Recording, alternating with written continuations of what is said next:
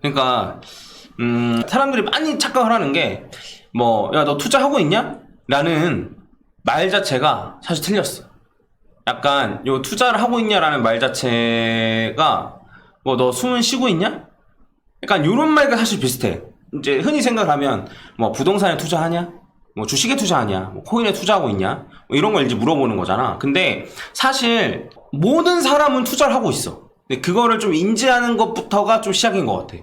뭔 소리냐면 현금을 가지고 있으면은 그러니까 아무것도 안 하고 있고, 그러니까 사람들이 얘기할 땐 답변을 또 이런 식으로 하잖아. 아닌데 나는 그냥 현금 그냥 월급 받아가지고 그냥 통장에만 넣어놓고 있어 정도로 얘기하잖아. 그러면서 나는 투자 안 해 라고 얘기를 한다라고 하면은 그건 잘못됐다는 거지. 뭔 소리냐면 어쨌든 그거는 현금에 투자를 하고 있는 거야. 이게 기준을 현금으로 잡아서 그런데, 근데 이제 기준을 현금으로 잡으면 그냥 쉽긴 쉽다? 개념으로 쉽긴 쉬운데, 근데 현금을 기준으로 잡으면 안 돼. 왜 그러냐면 오늘의 1,000원이랑 내일의 1,000원이랑 어제의 1,000원의 가치가 다르기 때문이야. 그러니까 똑같이 1,000원이라고 해도 뭐 10년 전에 혹은 20년 전에 짜장면 한 그릇 먹을 수 있었던 1,000원이랑 지금의 1,000원이랑 가치가 다르듯이 미래의 1,000원이랑 지금의 1,000원도 가치가 다르기 때문에, 그런데 똑같은 명칭인데 가치가 달라. 그러니까 그거를 기준으로 사실 세우면 안 되는 거지.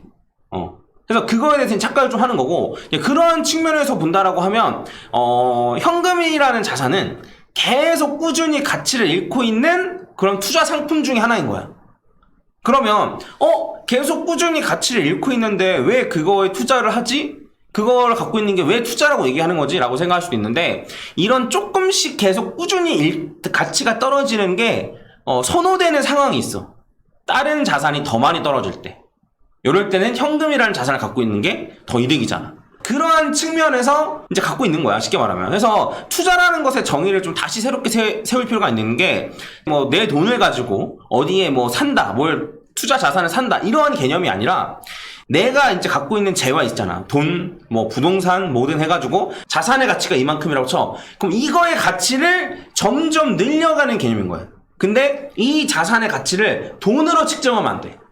그러니까 돈으로 측정하면 점점 늘어나는 것처럼 보이지만 실제로는 늘어나지 않는 경우도 꽤 많단 말이야.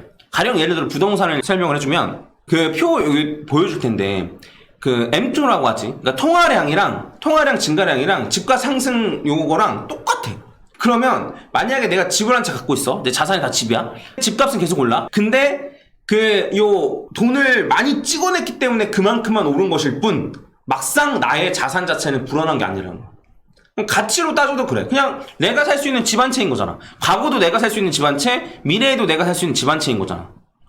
그래서 이게 집 한 채가 두 채가 되거나, 집 한 채를 가지고 있는 상황에서 내가 맛있는 걸 많이 먹을 수 있거나, 이런 식으로 되면 이게 자산 가치가 불어나는 건데, 단순히 집 한 채 갖고 있고 그게 원화 가치가 많아진다고 해서 늘어나는 건 아니라는 거지. 그래서 어쨌든 기준을 원화로, 현금으로 세울 필요는 없다. 그리고 어쨌든 이 자산이라는 가치를 점점 불려나가는 개념인데, 점점 불려나갈 때 우리는 선택하는 거 뭐냐면, 지금은 주식이 많이 올라갈 것 같아.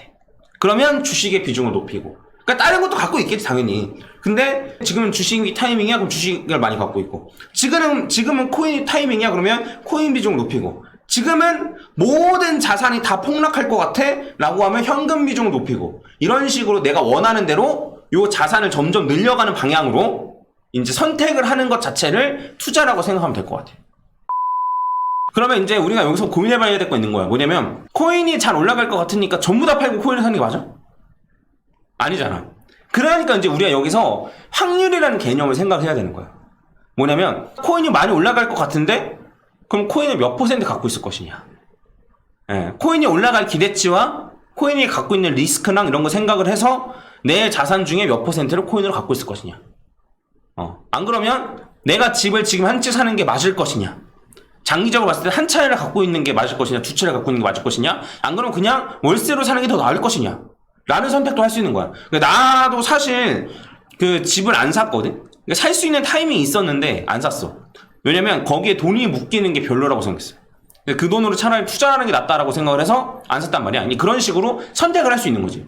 물론 지금은 한 채 정도는 사둘까라는 후회가 조금 있긴 해. 근데 어쨌든 그것도 이제 선택을 할 수 있다는 거야. 그래서 이런 식으로 우리가, 그러니까 뭐가 확실히 올라갈지 뭐가 떨어질지 확실하게 알 수는 없지만, 그 흐름이라는 게 있고 그때의 추세라는 게 있고 그 다음에 본인의 투자 노하우에 따라서 아 지금은 코인 비중으로 좀 높여야겠다 라는 걸 생각할 텐데 뭐 이런 걸 해서 어쨌든 확률을 좀 따져보고 이제 확률을 어떻게 계산하느냐, 그러니까 이 자산에 대한 상승과 하락에 대한 확률을 어떤 식으로 계산하느냐에 따라서 그 자산을 얼마나 많이 갖고 있을 것이냐 이런 게 이제 결정된다는 거지. 그래서 그 슈카 아저씨도 보면은 그러니까 투자 잘하는 사람들 보면 다 이런 개념이야.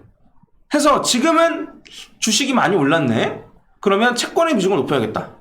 채권의 비중을 높인다는 소리는 뭐냐면 어쨌든 주식은 많이 떨어지고 현금은 덜 떨어지니까 현금으로 많이 갖고 있겠다 이런 소리인 거고, 그 다음에 주식이 많이 떨어졌으면 이제 주식의 비중을 높이고 현금 채권의 비중을 낮춰야겠다. 많이 떨어졌으니까 올라갈 가능성이 높다라고 생각을 해서 주식의 비중을 높이는 이러한 것의 반복이라고 얘기를 해. 근데 이게 그 아저씨들도 뭐라고 얘기하냐면 전부 다 샀다, 전부 다 팔았다 이런 얘기 안 한단 말이야.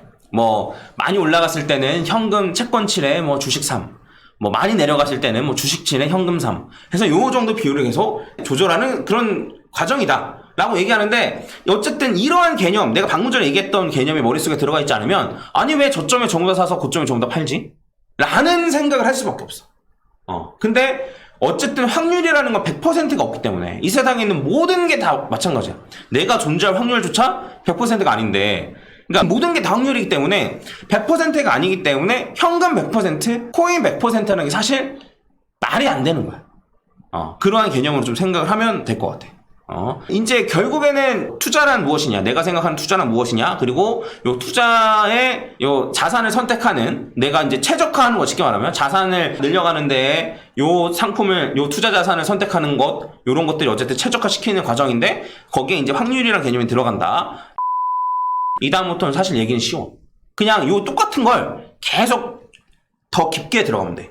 자, 첫 번째는 이거야. 뭐냐면 예를 들어 전체적으로 따지면 사실 투자할 수 있는 자산이 굉장히 다양해.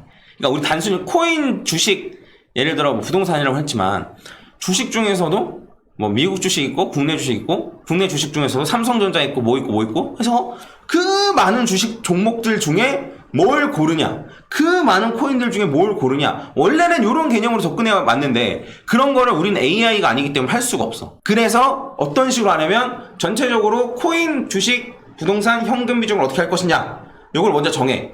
정한 다음에 그 중에 코인 안에서도 여러 가지 코인이 있는데 그 중에 비중을 어떤 식으로 할 것이냐 그런 걸 정해. 이런 식으로 이제 파고 들어가면 되는 거거든. 그래서 이러한 개념을 적용시켜서 좀 얘기를 하면 간단히 이제 설명할 수 있는 건 현금과 코인의 비중, 항상 내가 이제 강조하는 것도 있잖아. 그러면 여기에서는 내가 말하는 거는 어쨌든 주식이랑 부동산을 빼는 거야. 빼고 현금이랑 코인만 딱 있다고 가정하면 과연 현금의 비중이랑 코인의 비중을 몇 대 몇으로 가져가는 게 맞는 것인가를 이제 얘기를 하는 거거든. 그래서 어쨌든 이 개념을 가지고 이제 정하는 건데, 그러면 올라갈 확률이 70%야? 그럼 코인 비중이 70%로 가져가는 거야. 그러니까 확률대로 비중을 가져가면 돼, 쉽게 말하면.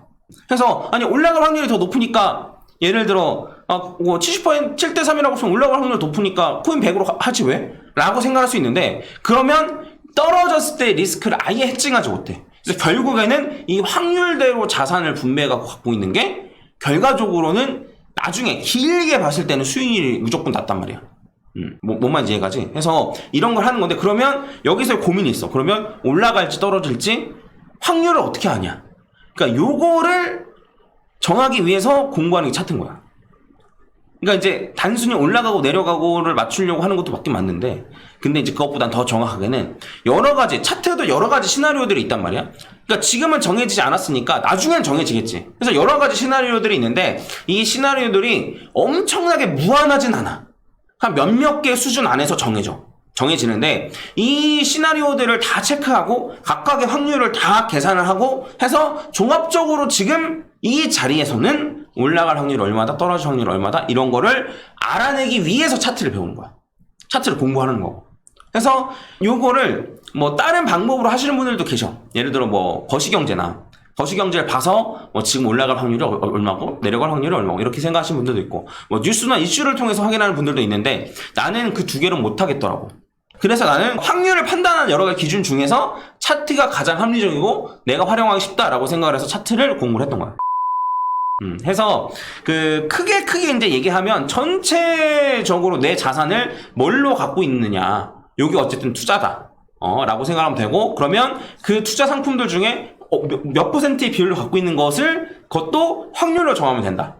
그리고 이제 현금이랑 뭐 코인의 비중 이런 것도 다 확률로 정하면 되고, 이 코인 안에서 비트코인 얼마나 갖고 있고 이런 것도 이제 확률로 정하면 된다. 그리고 추가로 단타랑 장투 비율도 이 확률로 정하면 돼.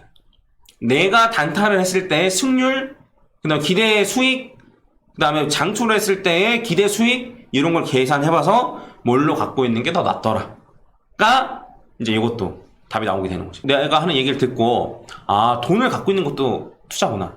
투자라는 게 단순히 뭐 주식을 사야만 투자가 아니고 내가 어떤 자산을 갖고 있는지 요거를 선택하는 과정 자체가 투자구나. 그리고 그 다음부터는 모든 게 확률에 따라서 갖고 있으면 되겠구나. 그리고 그럼 우리가 이제 노력할 수 있는 것은 뭐야? 이 확률을 어떻게 하면 정확하게 알 수 있느냐. 요 과정을 이제 우리가 해 나가는 거지. 이렇게 보면 될 것 같아. 차트라는 것도 특정 위치에서 확률이 정해져. 어느 위치 아래로 떨어지면 확률이 확 변하고, 어느 자리 위로 올라가면 확률이 확 높아지고, 항상 손절 같은 거 잘하라고 하잖아. 그럼 손절 라인은 무슨 소리 정하는데? 이 사람들 머릿속에 이런 개념 자체가 잘 들어가 있지 않구나.